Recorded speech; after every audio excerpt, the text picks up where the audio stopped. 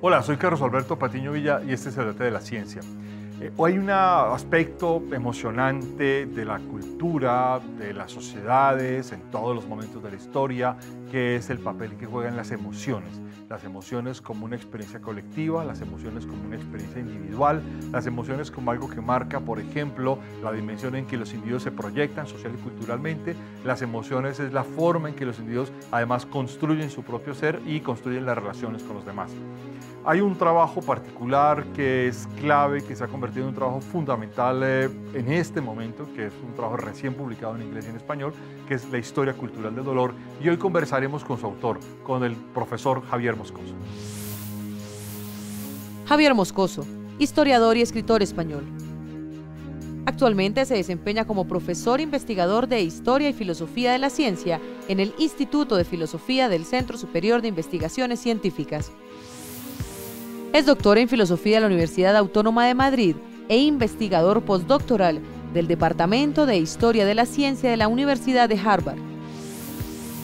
Entre sus publicaciones encontramos La Historia Cultural del Dolor, publicada en el año 2012, y Materialismo y Religión, Ciencias de la Vida en la Europa Ilustrada, publicada en el 2000.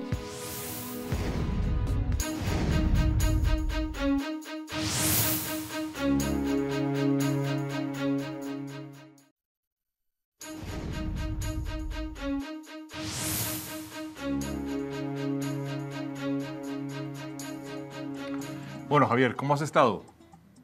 Estoy bien, estoy bien. ¿Bien? Acabo de llegar a Bogotá, estoy encantado de estar aquí. ¿Y qué tal? ¿Bien? Bien, bien, la primera vez, espero que no sea ¿Ah, la sí? última, todo depende. se verá, ¿no? Pero vamos, no, en principio bien, en principio muy a gusto, muy tranquilo y un poquito cansado, porque tengo todavía el jet lag, pero bien, encantado de estar aquí. Como decimos nosotros, la estás pasando chévere. Estoy pasándola chévere, sí. Bueno, me alegra. Bueno, has publicado un libro fascinante que es este de Historia Cultural del Dolor, un libro que ha salido en la editorial Taurus. Y bueno, te he estado hablando antes de que comenzáramos esta grabación casi como el hijo de Limber, hablando como si estuviera muy perdido. Para mí ha sido un libro fascinante. Arranco con una pregunta de las muchas cosas que afirmas. Algo que llama muchísimo la atención y que es bien interesante de contar al público. Afirmas que el dolor es una especie de práctica cultural aprendida. Acudes a muchos antropólogos y tal, pero vamos a lo más escueto. ¿Cómo así que el dolor es una práctica cultural?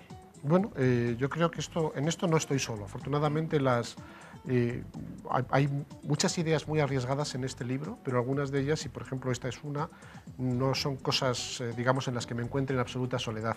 Yo creo que incluso hoy dentro de lo que son las ciencias biomédicas, de la gente que se dedica profesionalmente al tratamiento del dolor, ya se reconoce que el dolor tiene un componente cultural. Entonces, la cuestión fundamental es, o al menos el problema al que yo me he enfrentado, es bueno, aceptando que el dolor tiene, junto con su dimensión biológica, por así decir, y su dimensión psicológica, si tiene una dimensión cultural, la cuestión es saber cómo se modifica culturalmente una sensación o emoción en principio aborrecible. Y esta es la pregunta de partida, y esta es un poco los esfuerzos que, bueno, pues que el lector encontrará en este libro. Cómo se convierte una sensación, que en principio es una sensación no marcada, en una percepción culturalmente significativa que pueda denominarse dolor. ¿Esto está asociado a la idea del sufrimiento como valor cultural? ¿Hay que sufrir para tener una especie de representación cultural? No, definitivamente no. Es verdad que el sufrimiento ha estado, bueno, siempre o históricamente ligado a un conjunto de procesos rituales y fundamentalmente también ligado a procesos de aprendizaje, a rituales de paso, por ejemplo. Es verdad también que sobre todo en países de tradición, bueno, no solamente cristiana, pero bueno, al menos en el contexto cultural que yo más he estudiado, fundamentalmente cristiana, sí ha habido esta ligazón entre el dolor y el sufrimiento, también entre el dolor y la educación, también entre el dolor y la salvación de distintos tipos. Por ejemplo, la salvación económica todavía se plantea en términos de dolor, si no hay dolor, no hay esperanza, ¿no? Pero no necesariamente es así. Yo creo que detrás de este libro y detrás del trabajo que yo he realizado, lo que late es una pulsión contra cualquier forma de dolor innecesario o contra cualquier forma de falsa legitimación del dolor como una suerte de panacea antropológica.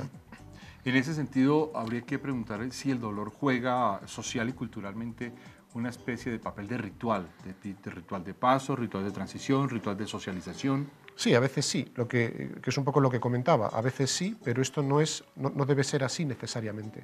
No, por supuesto que la historia de la humanidad está repleta de elementos que tienen que ver con valoraciones culturales de lo que es la experiencia del dolor, de lo que es la experiencia del daño. De esto va este libro, de cuáles son esas formas de ritualización, de cuáles son esas formas de colectivización, de cómo se aprende en definitiva el dolor. Esto sin duda. Lo que también se discute es que el dolor deba estar presente en toda forma de ritualización. Esto no tiene por qué ser así. No es necesariamente la conclusión a la que yo llego. Justamente al contrario, es verdad que el dolor experimenta modificaciones históricas, no es lo mismo a lo largo de los 500 años que yo he estado investigando, no es lo mismo el dolor tardo medieval que el dolor o la experiencia del dolor en el mundo contemporáneo, no es lo mismo la representación del dolor en el Renacimiento que la representación del mal radical en la cultura visual del siglo XXI, no es lo mismo el dolor de parto en las sociedades contemporáneas que el dolor de parto en el mundo moderno o en los momentos inmediatamente anteriores o posteriores al desarrollo de la anestesia. Hay demasiadas modificaciones, pero en todo caso lo que no puede haber, lo que en todo caso yo considero que no es razonable defender, es que la experiencia humana en cualquiera de sus dimensiones deba ser siempre una experiencia dolorosa, o el dolor como una experiencia inevitable. Es verdad que hay un elemento de inevitabilidad, pero en todo caso todo lo que sea dolor innecesario debe ser combatido. Llegados a este punto, la pregunta es, ¿qué es el dolor? ¿Hay forma de explicar, de definir el dolor de manera muy estricta? Bueno, es una magnífica pregunta. Digamos que la tradición científica y filosófica se ha debatido tradicionalmente en dos ámbitos: el ámbito de aquellos que piensan que el dolor es una sensación, los que piensan que por lo tanto está relacionada con una fisiología, los que piensan que el dolor es una emoción, que en consecuencia está relacionada con una psicología, podríamos decir. Bueno, entre estas dos posiciones ha habido posturas intermedias. Lo que no cabe ninguna duda es que el dolor es un cierto tipo de experiencia. Y lo que tampoco, esto digamos que es una definición ampliamente aceptada. La Sociedad Internacional para el Estudio del Dolor, por ejemplo, lo considera así: una experiencia lesiva, normalmente desagradable, que se describe en términos de lesión morfológica, tanto si existe esa lesión morfológica como si no. Esta es, digamos, una paráfrasis de la definición de la Sociedad Internacional para el Estudio del Dolor. No cabe duda de que es una experiencia. La cuestión es saber si es una experiencia privada o si es una experiencia compartida. Y obviamente si el dolor, como yo defiendo, es una experiencia que se aprende y que también se enseña, entonces debe ser en primera instancia una experiencia compartida. Se aprende el dolor de la misma manera, o se aprende a sentir algo como dolor y a identificarlo como dolor, como algo culturalmente significativo y que por lo tanto puede ser compartido y representado de esa manera, de la misma forma que se aprende el lenguaje o que se aprenden otro tipo de elementos culturales. ¿Qué tan, no sabría decirlo, qué tan imaginario o qué tan físico, real es esa experiencia del dolor? Ejemplo, hay experiencias de la vida cotidiana, el asunto de el afecto, el amor, produce un gran dolor y hay toda una cantidad de trabajos de historia sobre el amor, de análisis filosóficos sobre el amor, pero pocos sobre el dolor del amor como tal. Y hay una gran poetización sobre el dolor del amor, pero a la vez está toda la experiencia médica del siglo XX sobre el dolor físico, y obviamente hay cada vez más un área de la medicina contemporánea que se dedica a una condición paliativa del dolor. Sí, sí a todo. Hay cada vez más dentro de lo que son los estudios sobre el dolor y sobre todo en lo que tiene que ver con el desarrollo de la medicina del dolor. Desde mediados del siglo XX se reconoce, como mencionaba al principio, una componente psicológica de cualquier experiencia fisiológica relacionada, en este caso, con el dolor. Normalmente lo que dicen los neurofisiólogos es que el dolor es una percepción, que en consecuencia requiere siempre elementos emocionales. Por lo tanto, la distinción, que puede ser muy interesante desde el punto de vista pedagógico, entre dolores meramente físicos y dolores meramente psicológicos, pues es en principio falsa, porque los dolores llamados psicológicos o psicogénicos pues también producen dolor o malestar físico, y al contrario, ¿no? Y sí también a la última parte de la pregunta, ¿no?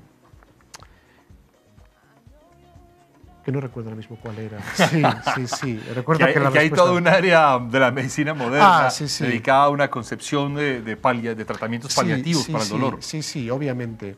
Claro, es verdad que el desarrollo de la medicina paliativa, claro, esto es algo también muy interesante, ¿no? Como de esta concepción holística del dolor sometido a esta serie de elementos, ¿verdad? A lo que es la fisiología o la determinante biológica, la psicológica y la cultural, se ha llegado a la idea de, y también ligado, obviamente, a la necesidad de eliminar el dolor innecesario, se ha llegado a la conclusión materializada en la medicina del dolor, que hay primero que evitar hasta donde sea posible cualquier forma de dolor innecesario, después que hay dolores que parecen una enfermedad prácticamente en sí mismas y que después la cronicidad del dolor no es el final de un proceso intermedio. Quizá la mayor, digamos, no es el final, hay otro tipo de posibilidades, hay respuestas a la cronificación, ¿no?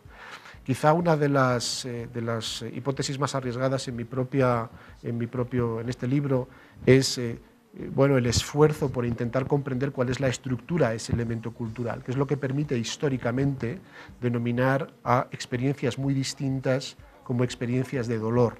Entonces, antes mencionabas tú el caso del dolor producido por un enamoramiento o el dolor emocional, pero hay otras muchas, ¿no? En realidad, si fuéramos estrictos, por ejemplo, algunas experiencias difícilmente podrían considerarse dolor. Por ejemplo, pues todo lo que tiene que ver con el dolor relacionado con la estética o el dolor relacionado con el masoquismo, que no lo describe los protagonistas en términos de dolor, o el dolor que carece de proporción o de la proporción adecuada entre lo que es la lesión y lo que es la expresión, o el dolor que no remite a ninguna lesión morfológica y que en principio parece como una entidad elusiva. Entonces, y podría seguir, ¿no? Con otros muchos, una casuística muy variada de donde parece romperse esta ecuación que debe darse siempre, al menos desde lo que es el sentido común, entre lo que es una lesión física y un daño emocional. Ahora, la historia está repleta de testimonios de personas que, sin embargo, unos dicen que se quejan de algo que nosotros no vemos, otros no se quejan de algo que nosotros vemos, otros se quejan más de lo que debieran, de lo que nosotros en principio vemos que no es para tanto, y así sucesivamente.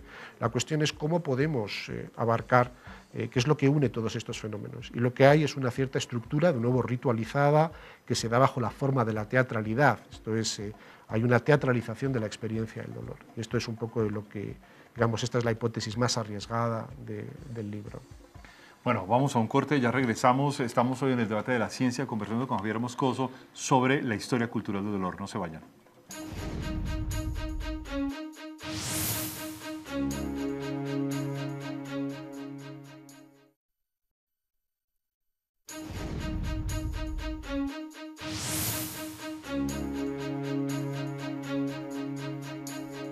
Bueno, Javier, quiero preguntarte por algo un poco en detalle de lo que hablas en el libro, pero me gustaría que nos contaras cómo ha cambiado, cómo se ha transformado, cómo se ha, digamos, modificado la teatralización del dolor entre lo que tú mismo llamas lo tardomedieval y el mundo moderno. Bueno, claro, esto era una de las cosas que más me inquietaban, porque había que comenzar sin duda por la representación de la expresión de la experiencia de dolor.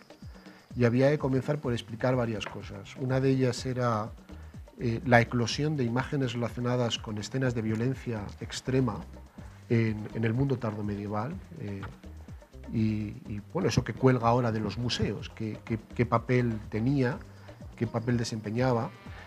Y por otra parte, saber hasta qué punto esa representación de la violencia extrema, del teatro de la crueldad tardomedieval, se correspondía o no con nuestra propia eclosión de violencia en nuestros nuevos medios de comunicación. Ver hasta qué punto somos tardomedievales, somos medievales, o si solo utilizamos, como yo creo que es el caso, la cama tardomedieval para soñar nuestros propios sueños de violencia, ¿no? Y un poco la conclusión a la que llegué es que, bueno, los parecidos son muchos, en ambos casos habría que explicar por qué se produce esa eclosión, pero al final también hay muchas diferencias. Por ejemplo, la más significativa desde mi punto de vista, y para no extenderme mucho con esto, la más significativa es que nuestra representación del dolor incluye algo que es perfectamente desconocido en la representación de la violencia tardomedieval, que es la representación de lo que llaman los filósofos morales el mal radical. Nuestra violencia no se justifica desde ninguna lógica ni tiene ninguna forma de comprensión. No se ofrece ninguna comprensión en ningún espacio o mundo posible. Es la típica situación en la que el criminal o el asesino no puede justificar, el espectador no puede justificar sus actos apelando a ningún tipo de circunstancia atenuante. Esto es perfectamente ajeno en el mundo tardomedieval. Las imágenes del mundo tardomedieval pueden representar o pueden deberse a la representación, digamos, más o menos adecuada de la experiencia vivida, o pueden ser modelos iconográficos de actitudes pedagógicas o de actitudes relacionadas con ciertos valores educativos, o pueden ser, como yo sostengo, algo más bien a medio camino.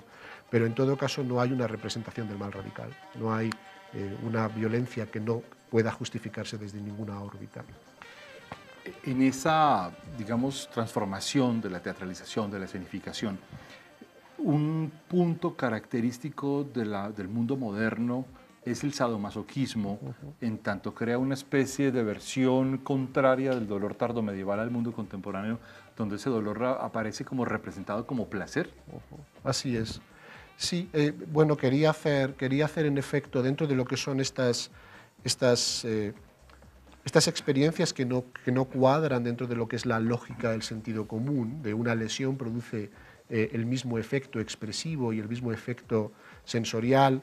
Quería entrar en la comparación primero del ascetismo de las prácticas masoquistas con el ascetismo del mundo moderno, y después un poco comprender desde el punto de vista, menos desde la lectura del presente hacia el pasado, de lo que son nuestras prácticas sadomasoquistas, hacia lo que es el masoquismo de finales del siglo XIX, principios del XX, entender un poco lo que era el masoquismo cultural y por extensión lo que era el masoquismo sexual. Y bueno, la verdad es que la situación da para mucho y el asunto también, ¿no? Para empezar, bueno, pues quizá una de las cosas en las que más me he detenido es en la comparación de lo que son la experiencia placentera de experiencias en principio lesivas o dañinas, relacionándolas con el mundo del deporte o con el mundo que también eclosiona en el mismo momento en que el masoquismo sexual, con el mundo de las ferias y de las atracciones de feria, que también producen una emoción desagradable, una alteración de la conciencia, en principio desagradable, pero que sin embargo produce al final un efecto placentero. No entender la conexión entre, por ejemplo, estos elementos en lo que respecta a lo que son los usos del cuerpo en la Europa de fin de siglo es perder una parte muy importante, no tanto ligada a lo que es nuestra industria cultural del sadomasoquismo, sino lo que es nuestra herencia cultural relacionada con la posibilidad no de cambiar el mundo, sino la idea que late detrás del masoquismo, no solamente del masoquismo sexual, aunque también del masoquismo sexual, es: si no puedo cambiar el mundo, al menos puedo cambiar mi experiencia del mundo, de tal manera que incluso la experiencia más desagradable, la sensación en principio más primitiva, el dolor, pueda transformarse en placer. Y esto tiene mucho de actitud demiúrgica, de actitud creadora, que forma parte naturalmente de nuestro universo cultural. La pregunta en esta teatralización, esta diferenciación es: ¿cómo separar el dolor de otras emociones? ¿Cómo separar el dolor de otras?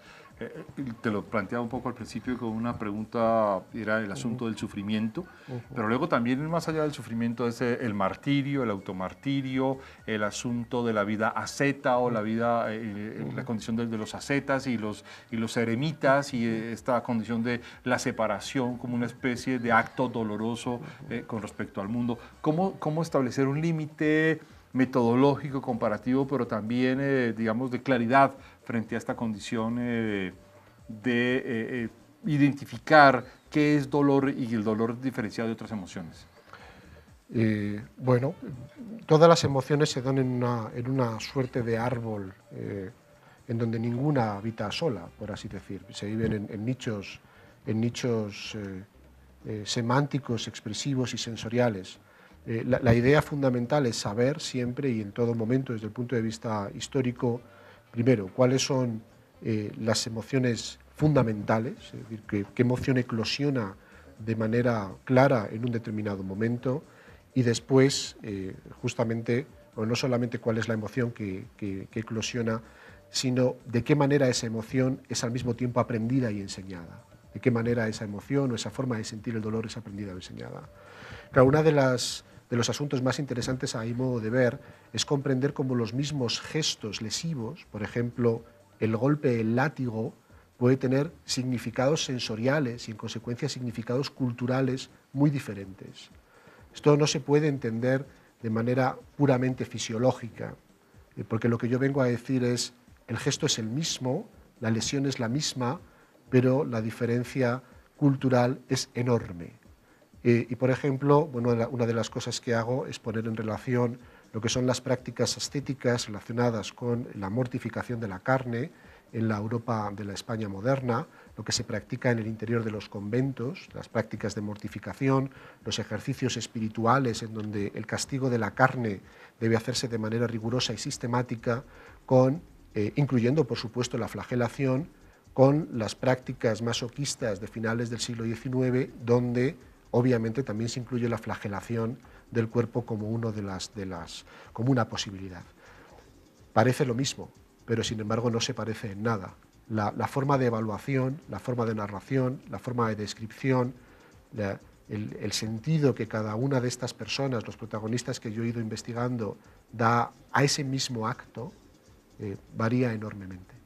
Entonces sí, por supuesto que las emociones y el dolor como experiencia global o experiencia lesiva o como un determinado tipo de experiencia que se acota en una estructura teatral, bueno, pues sin duda que se da con otro tipo de emociones también al mismo tiempo, pero no necesariamente las mismas. Y quizá la parte importante aquí es los mismos gestos fisiológicos no responden o no obligan necesariamente a que se produzca la misma reacción emocional. Vamos a un corte, pero te quiero dejar con una pregunta, Javier. ¿Esto necesariamente diferenciar el dolor tiene, o digamos entender, racionalizar el dolor, tiene un efecto directo sobre los contornos de la cultura contemporánea? Ya regresamos acá al debate de la ciencia con Javier Moscoso hablando sobre la historia cultural del dolor. No se vayan.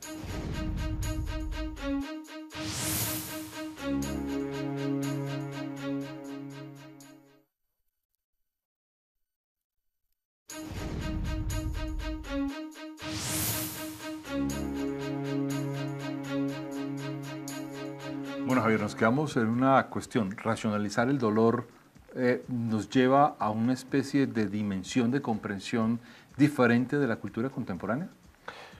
Sí, yo creo que hay que entender que un libro como este y en general cualquier reflexión que se haga sobre la historia del sufrimiento humano tiene una dimensión política y apela a los vivos. Esto termino yo diciendo en mi libro. Este es un libro que se escribe para los vivos, como yo creo que en general toda historia genuina, y no para los muertos.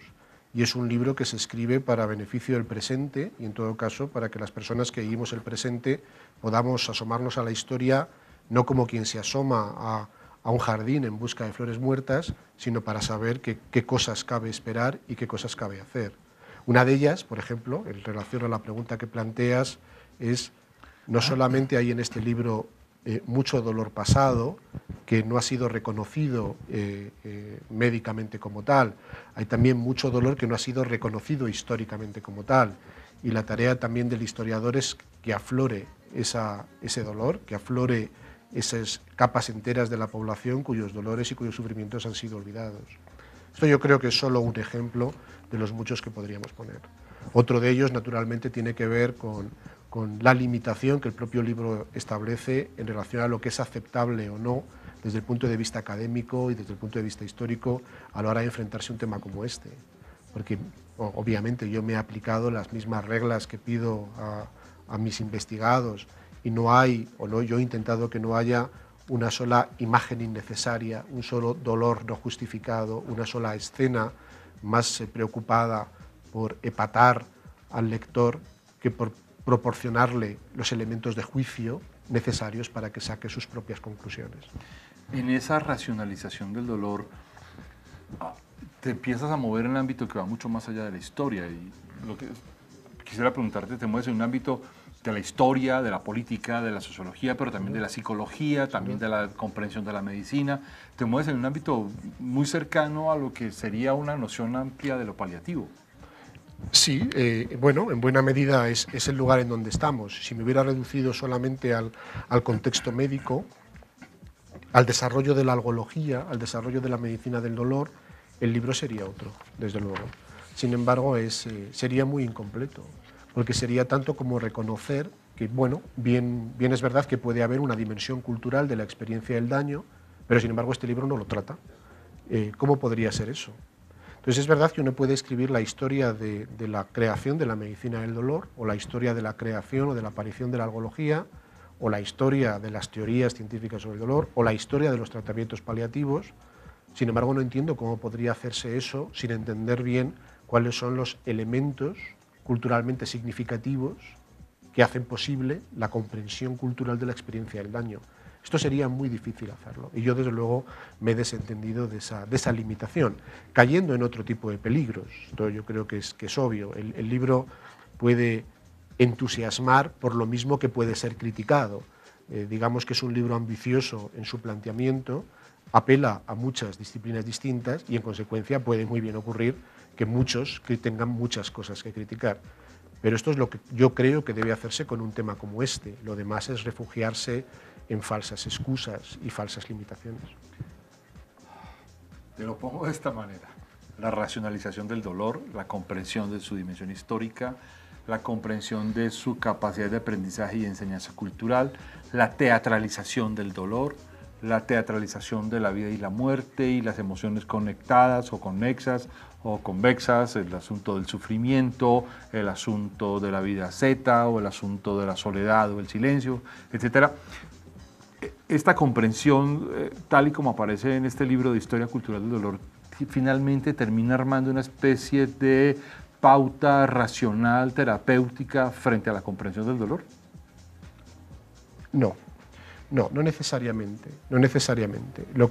Hay una serie de conclusiones que pueden sacarse, que yo no las he sacado, he dejado, digamos, un poco la tarea abierta al lector. Uno siempre tiene la esperanza de que los lectores serán más listos que uno, y que en todo caso el destino de los libros que uno escribe les pertenece a ellos y no a uno.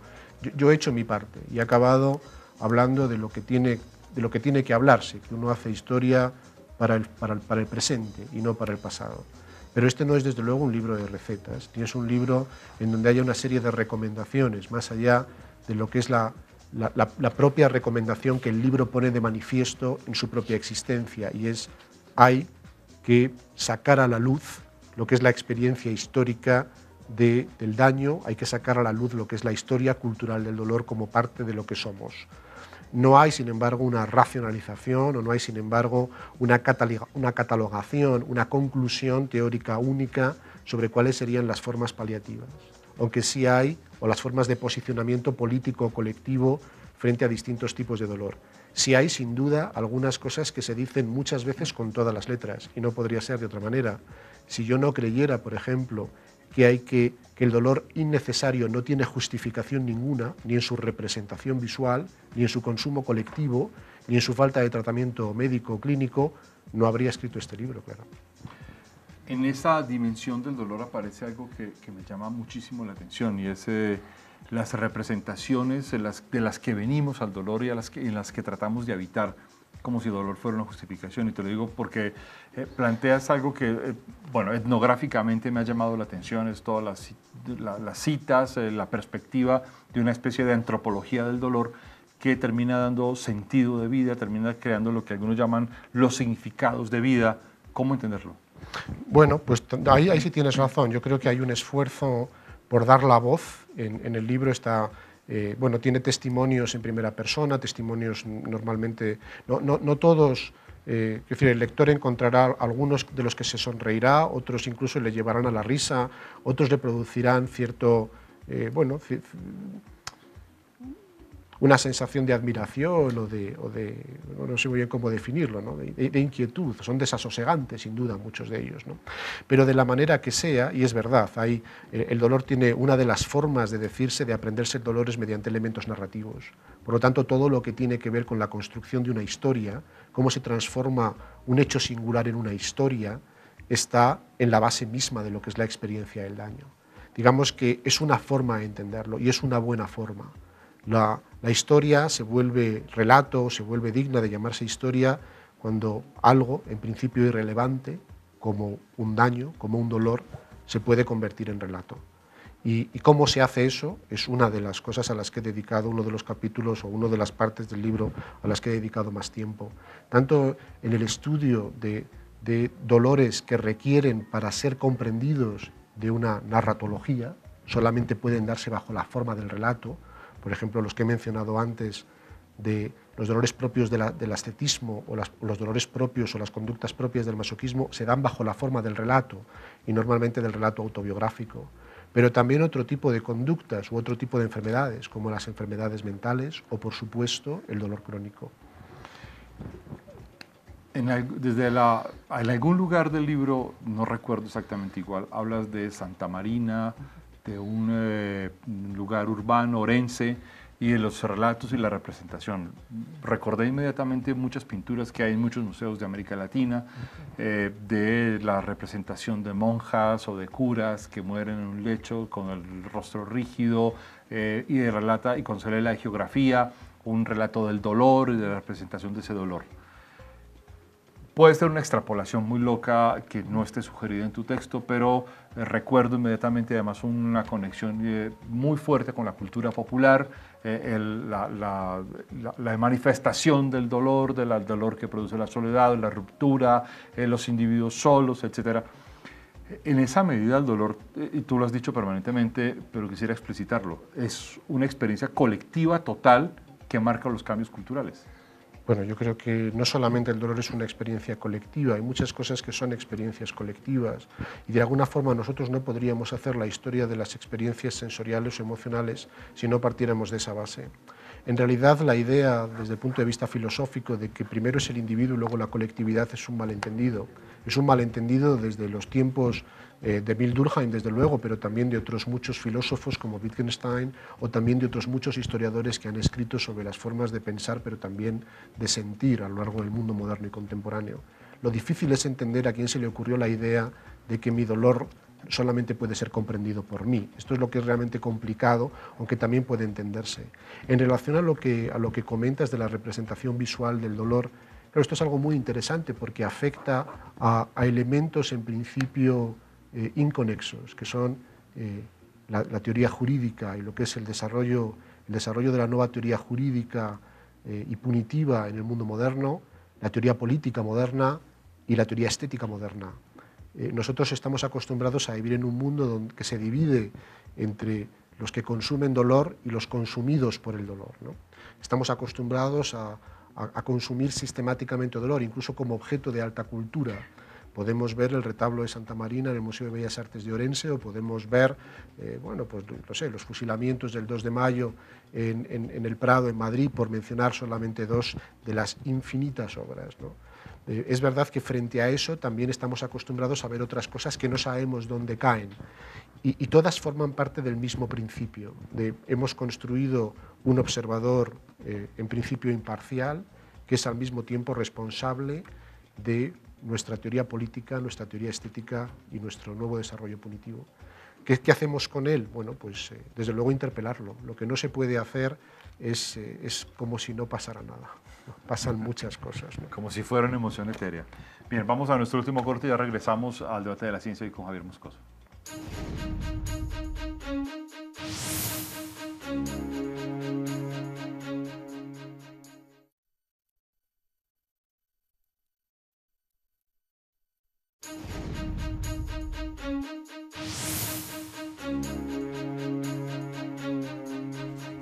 Bueno, Javier, en la última sección de esta entrevista, que te agradezco mucho y que ha sido fascinante, quisiera preguntarte cómo entra esta historia cultural del dolor frente a una serie de innovaciones que hemos visto en los últimos 20 o 30 años con trabajos muy interesantes como la historia del cuerpo.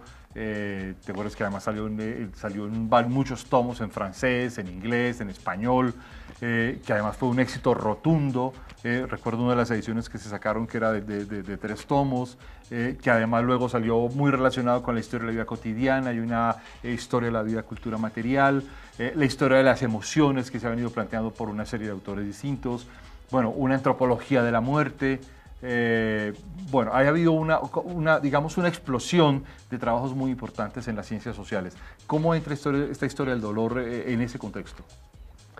Bueno, entra de varias maneras. Yo creo que quizá la más obvia es un poco a través de todas las que tú has mencionado. Se trata sin duda de un trabajo de historia cultural y por lo tanto pues tiene todos los elementos de lo que es la nueva historia cultural, con uso de nuevas metodologías, de nuevos objetos, utiliza muchísimo material propio de la cultura visual o de la cultura material.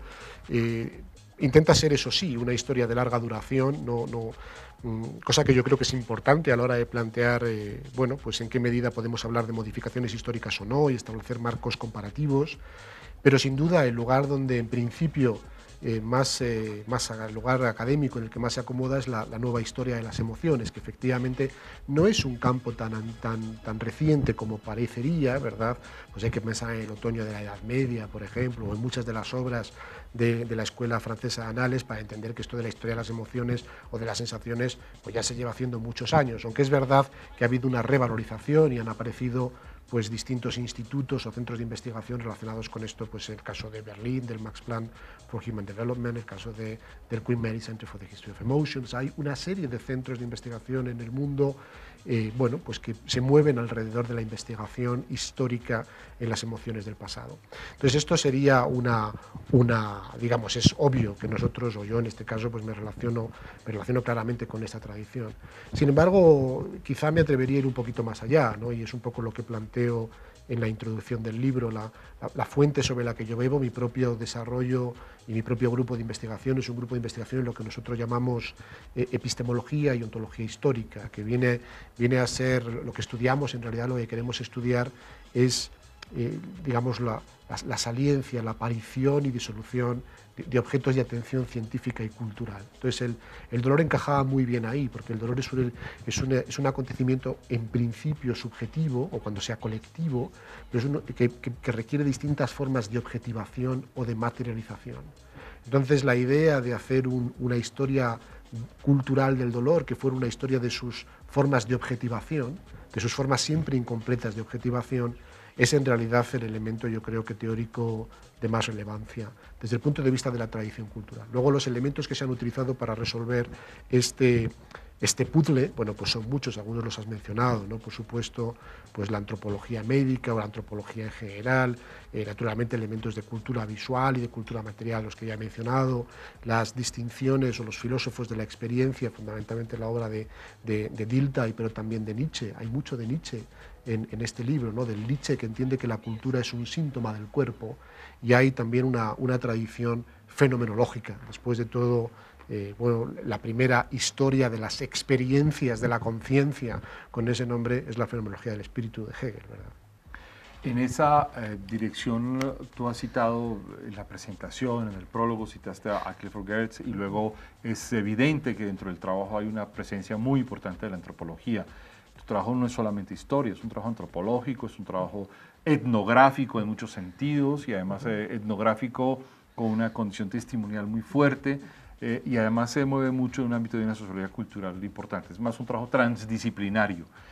¿Esa transdisciplinariedad tiene unas fuentes claras como la de Clifford Geertz? ¿Hay muchas más como Clifford Geertz?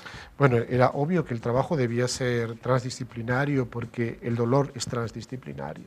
Bueno, el dolor es la vida. El dolor no es la vida, el dolor forma parte de la vida, el dolor es una experiencia de la vida, una experiencia que requiere, pues como acabo de comentar, como vengo comentando, una serie de elementos, ¿no? Y de componentes. Uno de ellos es el componente cultural.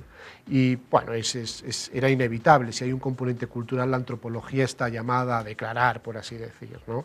Entonces es el trabajo de muchos antropólogos el que está detrás, el trabajo de muchos antropólogos médicos, el trabajo de mucha gente, pues el caso mencionas a Clifford Geertz, pero bueno, fundamentalmente para mí la mayor fuente de inspiración ha sido otro antropólogo, que es Víctor Turner, el antropólogo de la experiencia, el antropólogo que de alguna forma da color y sentido a lo que él considera que es la experiencia como una ritualización, una teatralización, que en definitiva se corresponde o se correspondería con lo que otro antropólogo, que era Van Gennep, consideraba los viejos rituales de paso.